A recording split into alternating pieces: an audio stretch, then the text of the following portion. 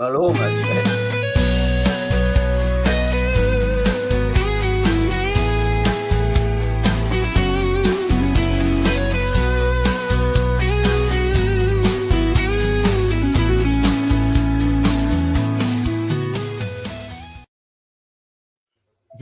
Bienvenue. Welcome to 2026. This is the first Property Matters live in 2026. Of course, with Hamish McLay of Search Convey and esteemed guest of the show, friend of the show, and the mastermind behind WigglyWam, Silas J Lees. Welcome, sir.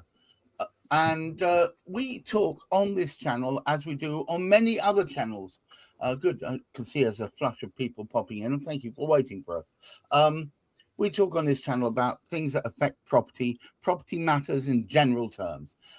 Today's topic is more general than usual. It's really just the shape of property in 2026. We are sticking a thermometer under the armpit and taking a temperature of where the property is right now, and perhaps even making some ideas of where we might be in the shortfall. As it says here, less frantic, more measured. We'll yet to see, I guess. House prices, mortgage confidence, renting realities, and supply constraints. We'll talk about all of that. But to start us off, just to get us going in 2026, of course, Hamish McLay. And you expect me to remember all of that? Wow. You wrote it all, sir. 2026 it is indeed, and welcome to you all. I trust your festivities went down well. And here we are. Here we are now. Looking forward to, one would hope, some conclusions to what we started last year and some brand new moves as well. We were all sort of held a little bit behind because we were awaiting the budget of 2025, which was very, very late for us to enable things to actually start taking place as a consequence. And as it sort of happened, it doesn't really help us, particularly within the property market. It helps some aspects of the property market, but some of those only. I think we actually sort of see this year some of what was said in that budget is actually coming to fruition. It is making it slightly more difficult for a number of people. We are pushing up certain controls, which make it a little bit more cumbersome for some landlords, and I think we still see now, because we have this sort of time before 1st of April for the landlords who no longer want to stay within that particular mould to actually sort of move on. But it's a very, very complicated window that we walk into. I think when we moved into 2025, we were expecting a lot more positive from a government that we thought was going to be very, very helpful to the property market. Now we can actually sort of see what, as a consequence of last year, that not much is really helpful other than what can be said of the mortgage market, but the mortgage side of things, because lending does seem to be at a slightly lower event than it was previously, but I think it needed to be as well. Well, interesting enough, Silas, it seems to me that the words most used by housing professionals just after the budget was distinctly underwhelmed. That's a great way of putting it, Gareth. I think speaking to a number of agents at all ends of the market, everybody was very much sitting on their hands. The agents themselves, the buyers particularly, there was this real worry about what is going to be featured within this budget. And it all came and passed sort of fairly uneventfully, apart from the scandal around it being pre-released and everything else. But moving forward from that, I think there are a couple of elements that really are going to unfold this year. One, of course, is the Renters' Right Bill, which Hamish has kindly touched on. That I think is going to have probably more of a negative impact, and I'll tell you two reasons why. First of all, landlords who I'm seeing in all of the forums online who are getting pretty much fed up of being this political football are starting to exit the market. Very, very much so. I'm seeing an enormous amount of people now just saying, we've had enough, we're out, we'll take our cash and leave. But the second thing, which is yet to be felt, and this is something I'm expecting to unfold during the course of this year, is with the abolition of Section 21, no fault evictions. This is was deemed a really good idea by the government, but the buy-to-let boom was actually fueled by the introduction of Section 21 no fault evictions, because previously getting tenants out of properties was very difficult and took an enormous amount of time. And so when Section 21 no fault was actually brought in, lenders had more confidence that you could serve an eviction notice, and within 2 to 6 months, you'd get the property back. Now, with that taken out and the backlog in the courts for repossessions, I think, or should I say, taking possession back as far as the landlords are concerned, I think that will have a negative impact on lending in that sector. Also, I saw statistics from 2025 suggesting there's been about a 28% jump in the number of landlords who are having properties repossessed.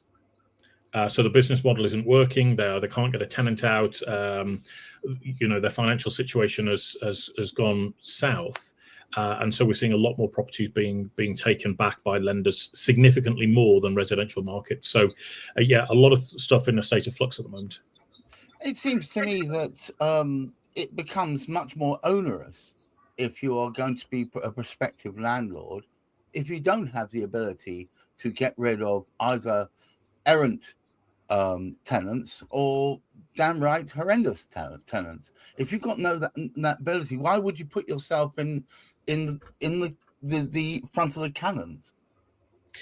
This is it, Gareth. I think there's a common misconception that because landlords have property, they must have a lot of money, and invariably, for I would say 90% of the time, that is not the case. It's people that have saved a little bit of money, have looked around at other options, have maybe it's two people getting together. They've decided to rent out one house and sell the other, and that equation of income from rent versus payment on mortgage has to be very carefully balanced.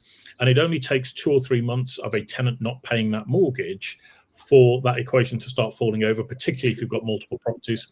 And so the challenge is that the cost of an eviction now is several £1,000s.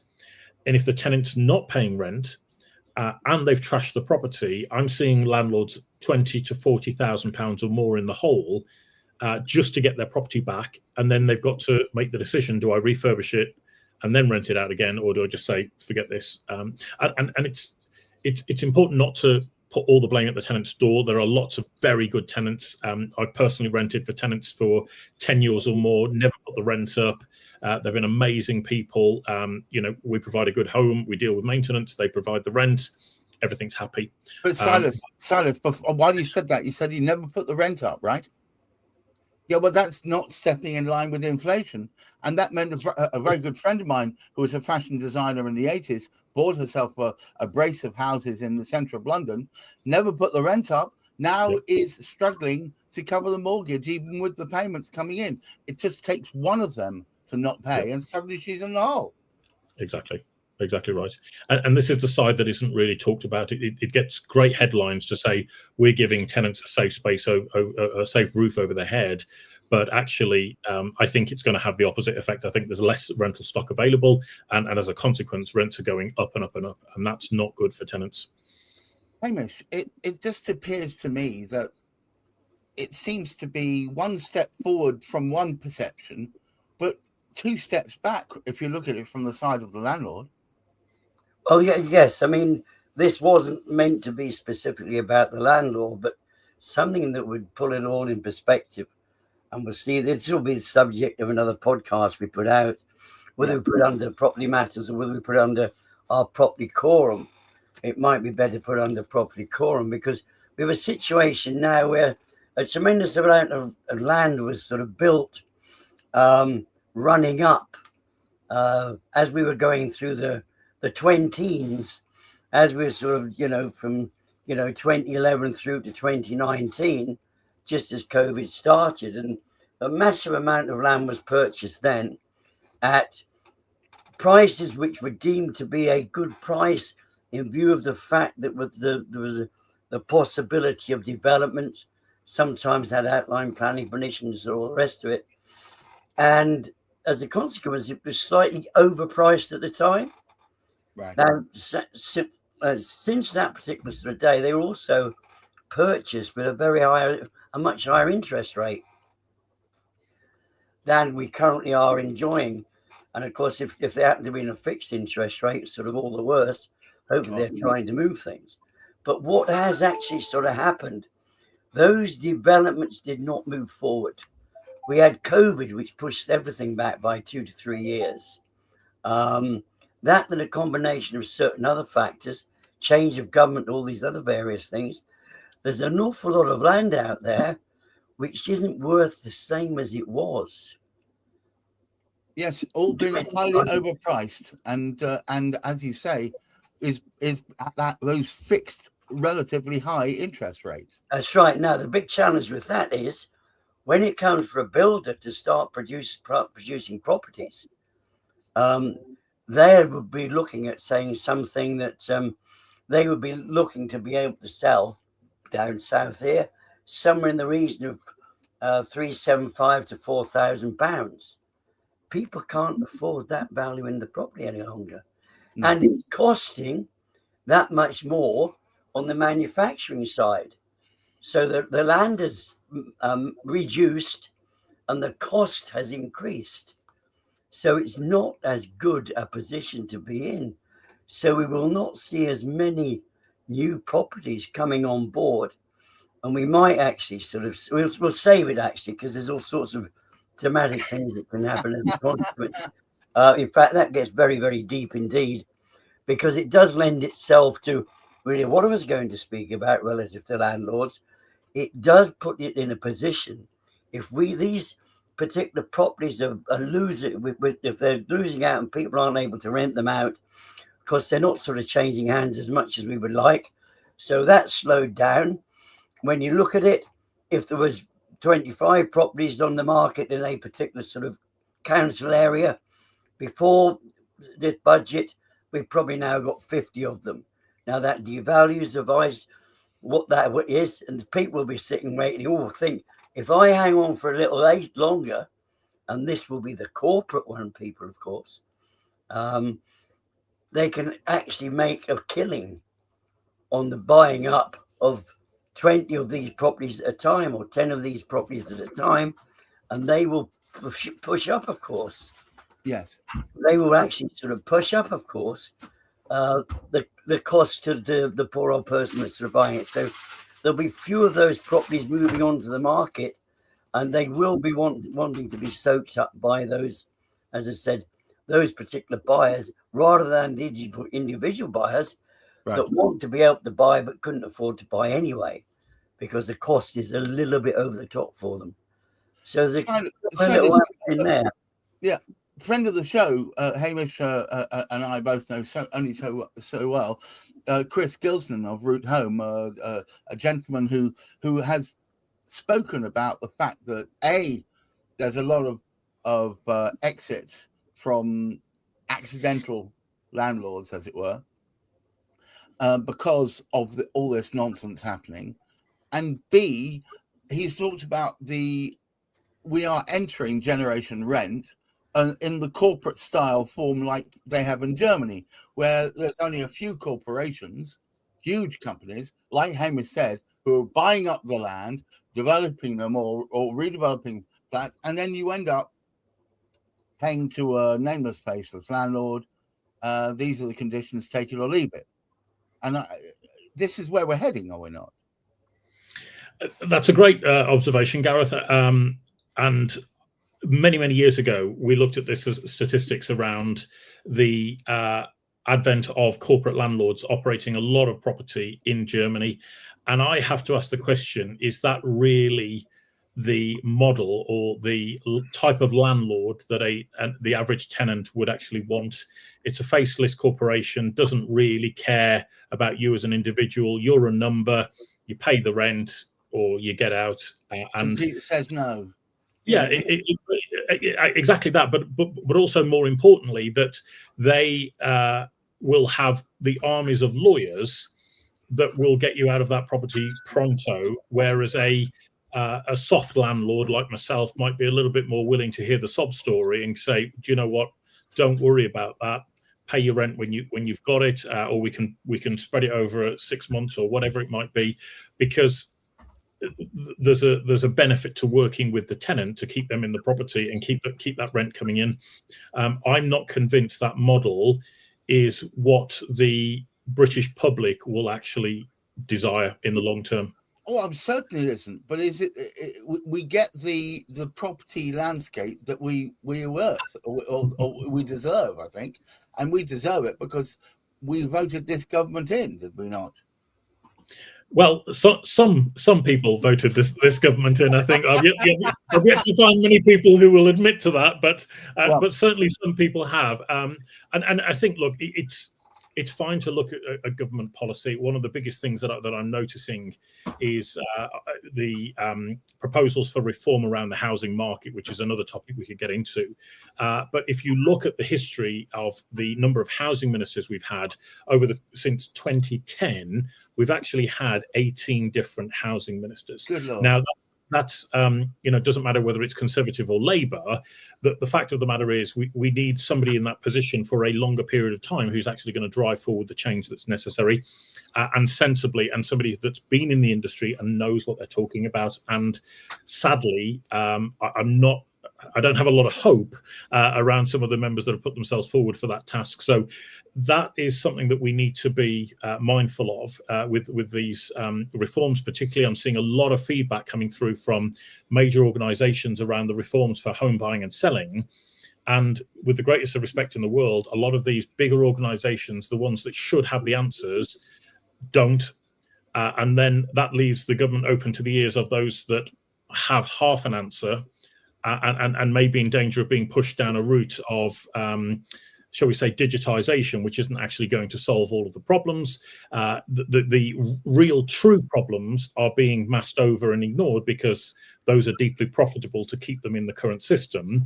For example, referral fees, which I disagree with from an agent's and a solicitor's point of view. I don't think they should be part of the home buying and selling process, but they're very, very much embedded in it. Can we call them what they are, which is kind of bribes? 100%. But the problem is the consumer doesn't know that that's actually going on behind closed doors. And therefore you get conditional selling and you get all sorts of abhorrent treatment of the consumer who doesn't know any better. So the fact that we're doing conditional selling is conditional. I know it's frowned upon. Is it illegal? I believe it is on the context that certain practices, as we've been seeing highlighted by the Panorama program, yes, is that buyers' offers were not put forward because they weren't using their preferred providers, and that is actually put in the mountain of paperwork. Yeah, and that's against the Estate Agents Act 1979, as I understand. So yes, against the law. Hamish, it seems to me that what seems at first to have been a boon for the tenant may well be, in some ways, their downfall, because it's going to lead to a lack of available properties, and there's already hardly a dearth right now. I don't think every single landlord falls into the same category as Silas. However, I know for a fact 2 smaller landlords who themselves have lost out significantly this last year. They were considerate landlords, but there are so many considerate landlords out there that we will be losing. Right. And they do work to the advantage of, and they do work with the relationship with their tenants. And I feel it's a sad thing. And we noticed this as well. It was always good to walk into our open all hours shop on the corner there because we knew they were open all hours. We didn't even look at the cost. We'd just go in and buy things because we wanted them, because we needed them, whether they be papers and all the rest of it. Bit by bit, not only did the supermarkets take all of them over, not take over all the products that they were selling, but also made sure that they bought out a number of the shops themselves. So it wasn't an open all hours on the corner. It became a Morrison's shop or a Tesco shop. At one time, Tesco's were the most highly represented sort of town in the United Kingdom with Tesco stores. Not only did we have 2 main Tesco stores, but we had about 7 small Tesco shops as well. Whereas previously they'd been great guys that you'd walk into, those guys that would work all hours. They didn't equate it to sort of hours for money and all the rest of it. They were providing a service. Right. The service side of things that we lose a lot. And I think we're going to see an awful lot of that. There's much, much more to, obviously, the property market than we've actually touched on. We more or less kept our conversation to what's happening to the rental side of the market. Whereas, however, there's a massive picture altogether of items of understanding. Rather than spend any more time on just the sort of, we need to look at things that are falling into place. We do not have a particularly effective regulatory body to actually maintain standards of the building of properties as of yet, which needs to fall into place. That will start to cost more. We don't have enough planning information, planning instructions sort of going through. We don't have enough planning officers. So there's still a lot of settling to go on. And so what you're saying is there's not enough regulation, but Silas, regulation effectively costs money. So that will effectively make the thing less profitable, yes? 100%, Gareth. I mean, regulation always comes with the cost of compliance, and I think the way to avoid that, which nobody likes in my book, is personal responsibility and accountability. Doing the best job you possibly can for the client that's buying from you. So if you're a house builder, you want that house completely compliant with the regs, and you don't want to be cutting corners. But it's the same in every industry, right? And that's why you have that's why a Rolls-Royce costs £100,000, for example, and something else costs a lot less. So I think you have to. It is about that taking the personal responsibility, and I think that's where we need to move more into. Stop looking to the government for answers, and actually take full accountability and responsibility for what changes can we bring in bring to the property market that will actually help the people that we've been called to serve, and that's a big thing that I'm passionate about. Hamish, would you care to take us home, please? Well, the great news, at least on the purchase and selling of properties, we have so much data available, and so many people can handle that data effectively, that we don't really need much of a change there. It's just those of us who are using that data is to use it more effectively. What we do have is that bigger picture, and unfortunately, unless certain aspects are sort of pulled together on that, we are going to struggle more this year than we did in the house build target for this coming year. And it really was low down last year.